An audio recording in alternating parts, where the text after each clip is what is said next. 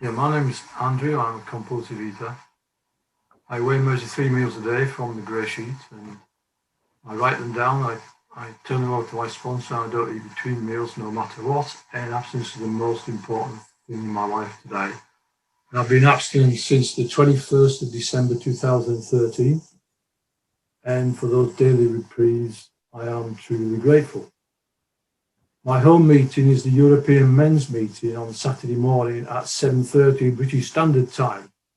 And I'm really blessed with that meeting, and we have real good fun there, and very strong meeting from all around Europe, usually 15, 20 people every week. So it's a great place to be. And I like to start my share in, could call it brief style, what it was like. It was bad. And what happened? I joined GreySheet. What's it like now? It's much better. Thanks. And, really, that's my experience, strength, and hope in a nutshell, so we can go there. I don't need 30 minutes. But how bad was it? Well, when I first came to GreySheet, I was 300 pound plus. I had sleep apnea. I looked a mess, and I did not value myself really at all. And what is it like now? Well, I'm 170 pounds. I can look my peers in the eyes. I have an inner integrity that I never had before.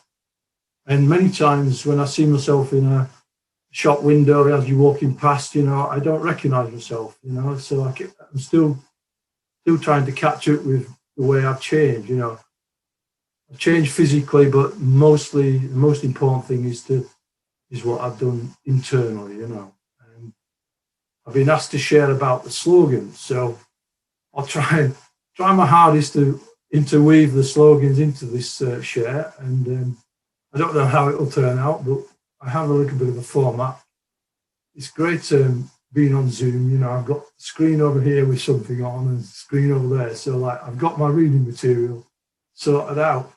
So I don't really want to go back to face-to-face meetings, to be honest. I'm really quite comfortable with it. So anyway, so the two slogans, being a compulsive overeater, I couldn't choose one slogan. I've chosen two slogans. The two slogans are "Don't eat no matter what" and "Without exception." Okay, and just really want to just go through those. One of the benefits of getting in the middle of the life raft and getting involved in GreySheet at service level is doing the service and the type of service I'm doing. And one of my service positions is I serve on the literature committee, and I've got this great job of interviewing. Well, the job is one of the jobs I do among that, apart from being the vice chair. I don't know how I got that first, but anyway, one of the jobs is I'm on the history book. We're writing a history book, and for some unknown reason, they asked me to help with this. And as I say, one of the benefits is that we're interviewing people who have historic input into the history of GreySheet, and it's absolutely been phenomenal eye-opener for me. And learning about, being interviewing people who were there at the beginning of the GreySheet and how it started, and it's just been incredible. So, what the original GreySheet looked like, and I realised that the effort and just the will of this fellowship has gone into the GreySheet, and what I value, and much more than, as well as my abstinence, is the GreySheet. I value its the integrity of it, and that we have the copyright to it.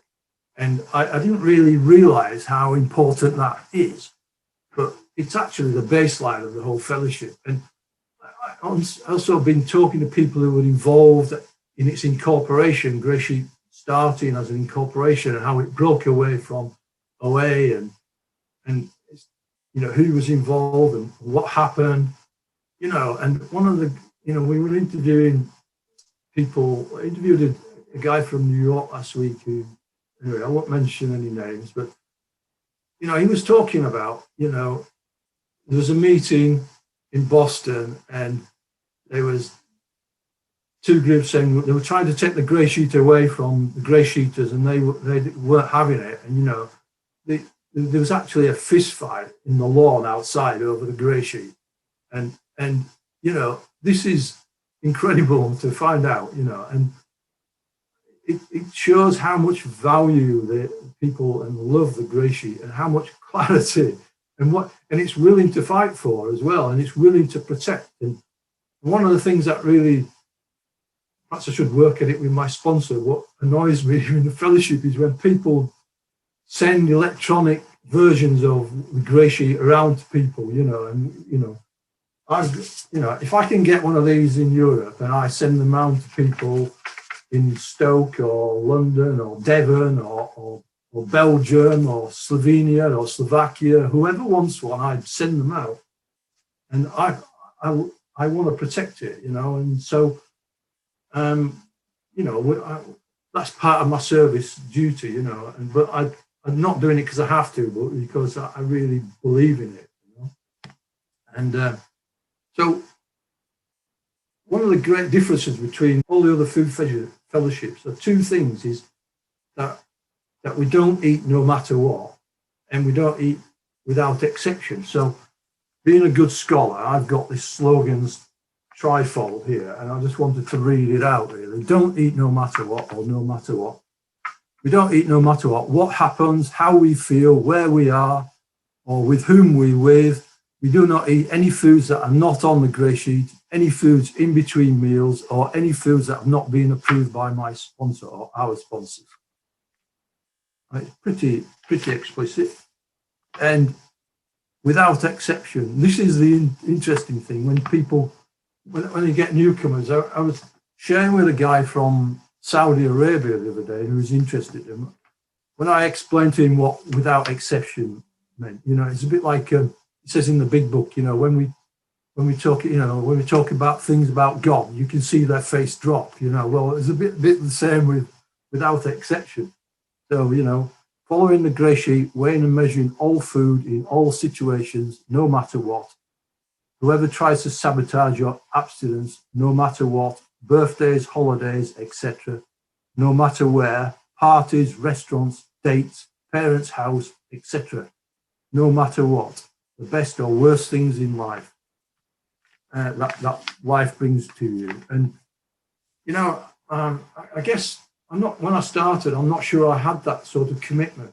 I didn't realize I was just following some rules, guidelines, suggestions, whatever you want to put it. But if I want to stay abstinent and get the benefits of abstinence in my life, what it's like now, those type of attributes to my life, I have to, it's sort of like the road. The road narrows, and the highway is narrow for me, and I don't know if it, you could say, well, that's against the freedom principles. Well, actually, by narrowing it, I do get the freedom. That's the paradox of GreySheet, and so the no matter what's I've been through, and I've heard people share in this room about the no matters what that they've been through, and I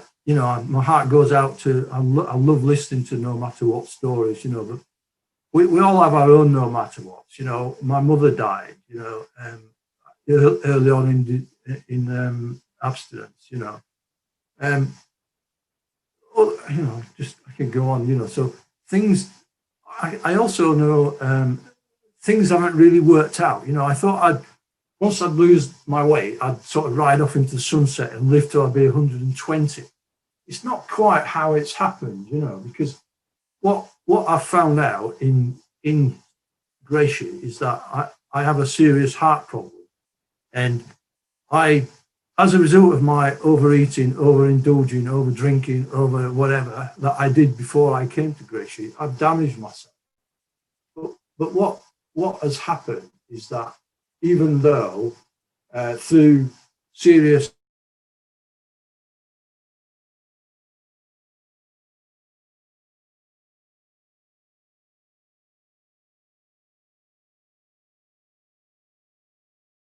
medical operations, that, you know, when I woke up, you know, and they wanted to feed me, you know, I said, well, I brought some food. It's in that fridge up there. You can bring it. That's the only food I'm going to eat, you know.